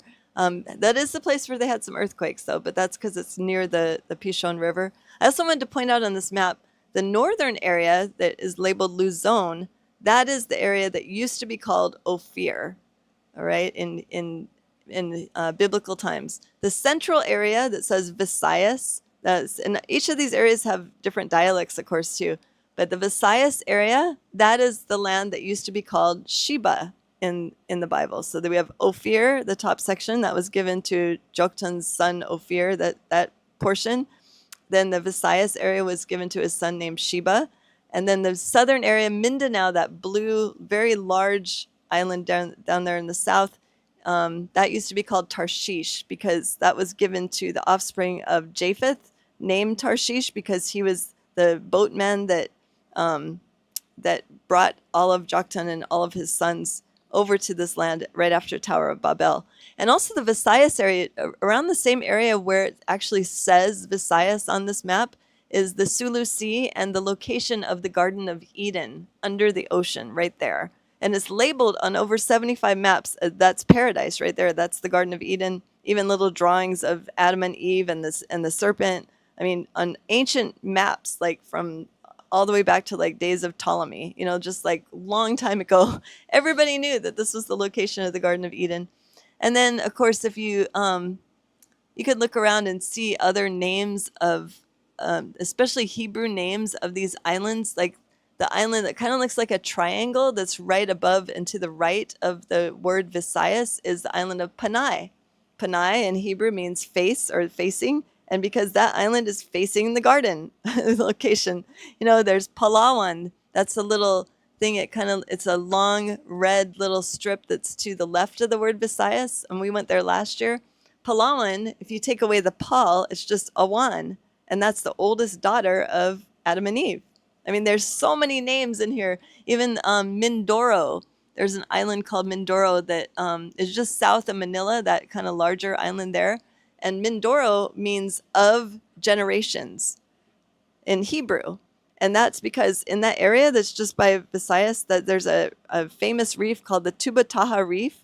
And the Tubataha Reef is where over 80 species of sea creatures and fish are not found anywhere else in the world except for there.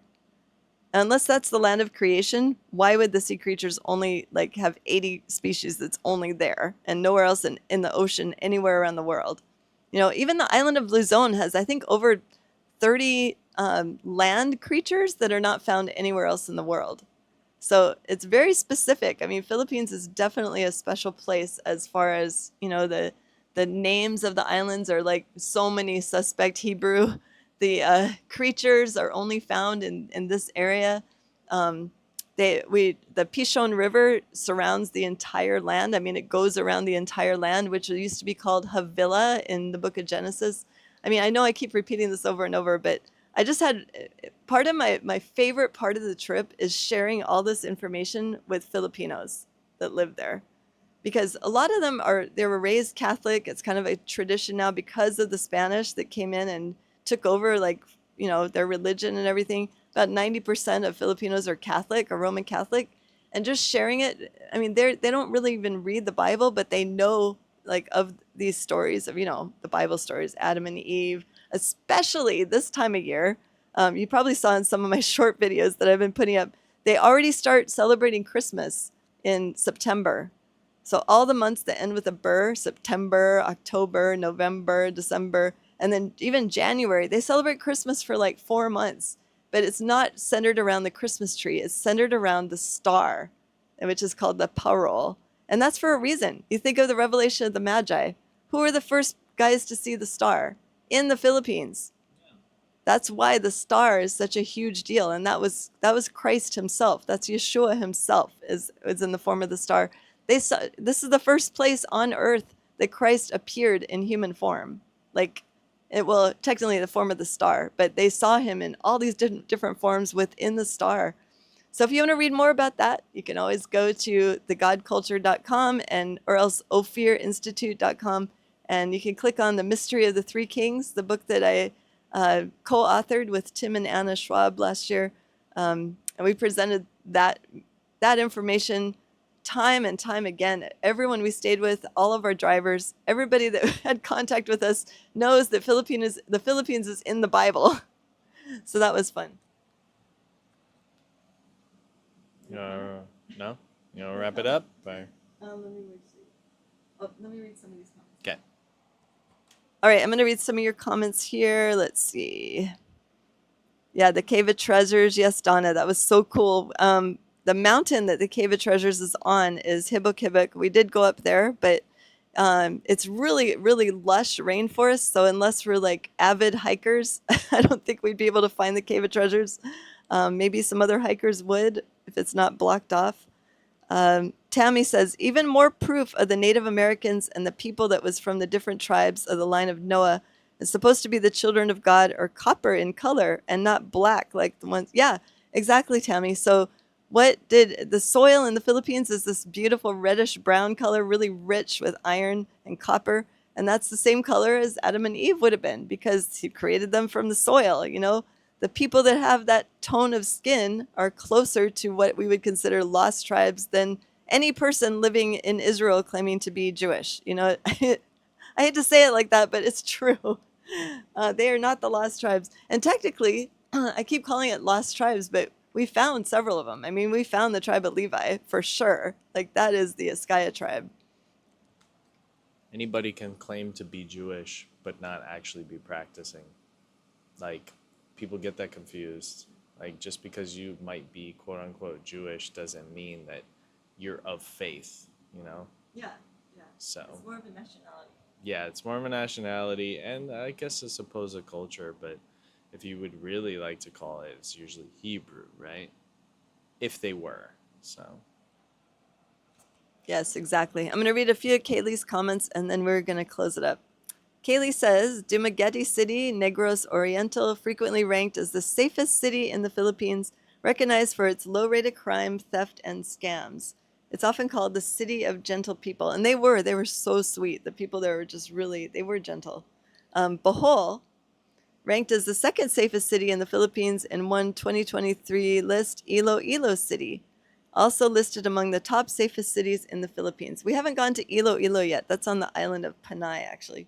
Other considerations, while Palawan is known for being geologically stable and safe from earthquakes, it is a larger province with varied safety levels in different areas. And that's only because of all the tourists. Like Palawan was voted, I think in 2020 or 2021, as the most beautiful beaches in the world. So that brought in a ton of tourists over there.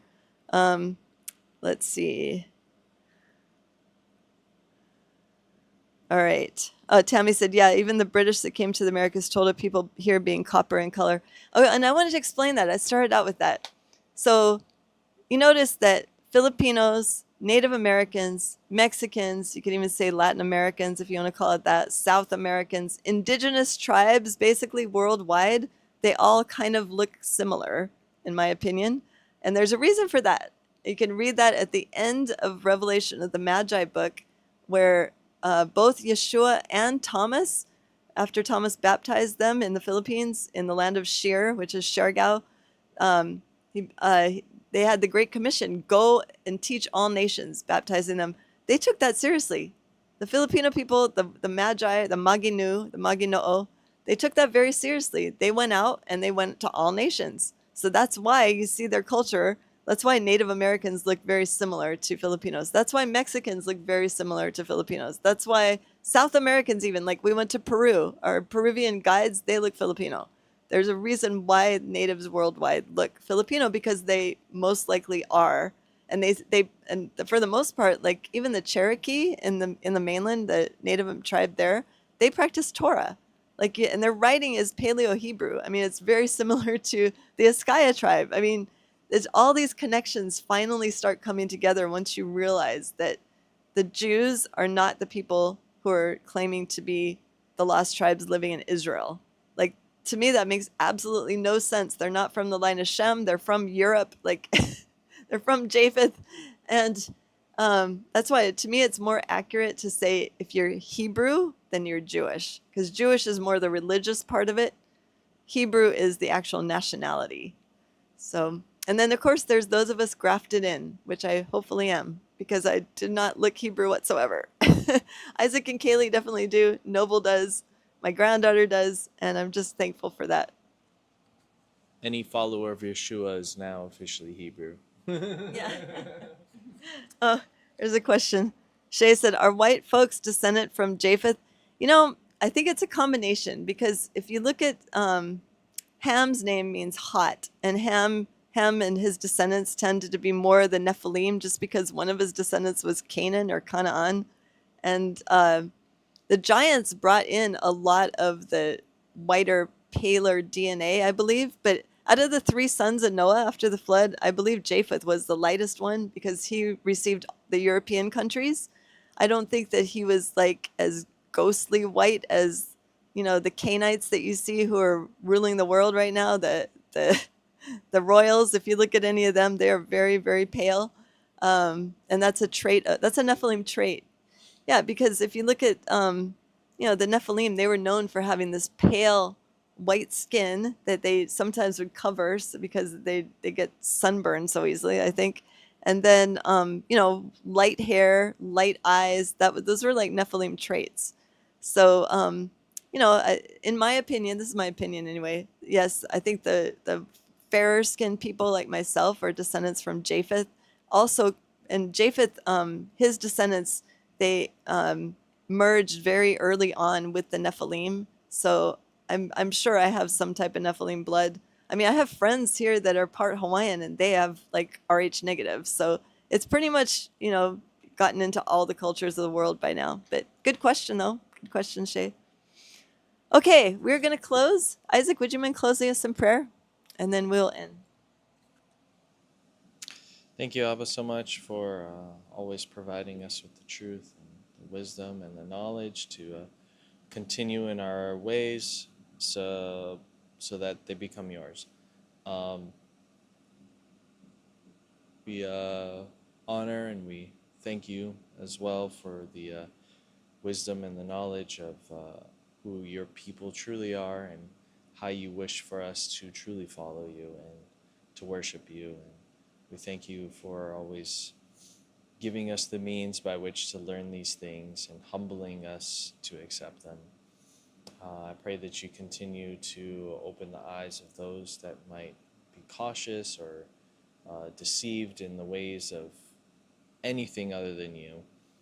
And may they walk in your path. I pray that we continue to be used as a means by which to give people this information and help them understand the truth behind the very creation itself.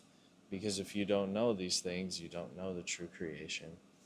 And so, Father, we honor and we thank you that we can worship you in this truth. And then as you lead and guide us, we can worship you in spirit as well. Above all things, Yeshua, your will be done.